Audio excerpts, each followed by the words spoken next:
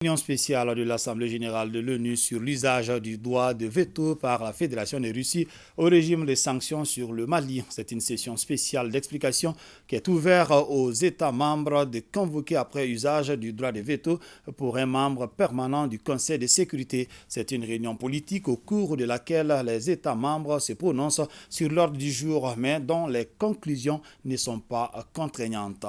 Aïssata Ibrahim Maïga. 12 jours après que la Fédération de Russie a mis son veto à un projet de résolution du Conseil de sécurité relatif au renouvellement du régime de sanctions applicable au Mali,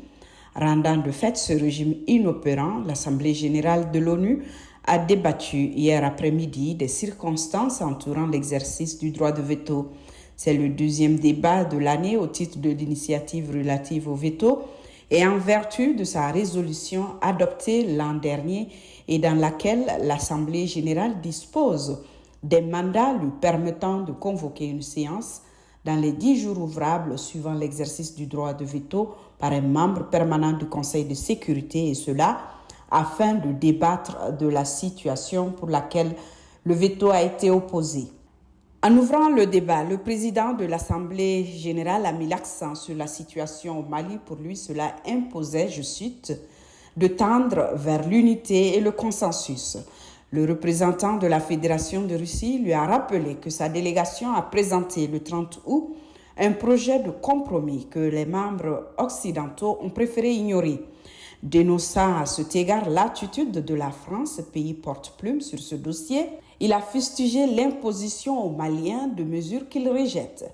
En tentant d'imposer le maintien du groupe d'experts alors que les droits humains sont discutés au Conseil des droits de l'homme, la France et les autres pays occidentaux ont voulu exercer des pressions sur le Mali afin que ce dernier reste dans leur orbite politique, a-t-il accusé, ajoutant que sa délégation n'avait dès lors d'autre choix que d'opposer son veto.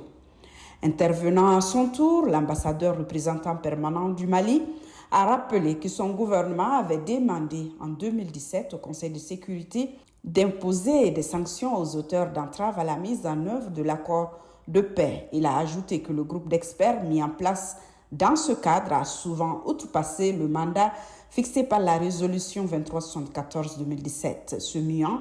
en un mécanisme politique, je cite, dont nous ignorons l'agenda réel. L'ambassadeur représentant permanent a notamment critiqué le fait que le groupe d'experts exige du gouvernement du Mali de fournir des informations détaillées sur la coopération militaire et sécuritaire entre la Fédération de Russie et la République du Mali, alors que le choix des partenaires relève de la souveraineté du pays. L'ambassadeur Issa Kanfourou s'est également indigné du manque d'accès de son gouvernement au rapport du groupe d'experts et de fuites organisées dans la presse internationale, et de déplorer que le comité des sanctions n'ait pas tenu compte de l'évolution positive de certains individus soumis à ces mesures, justifiant ainsi la demande de levée du régime de sanctions exprimée en août dernier par Bamako.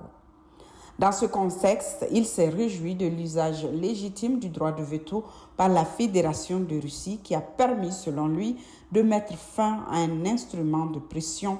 je cite, aux mains d'un groupe de pays hostiles au Mali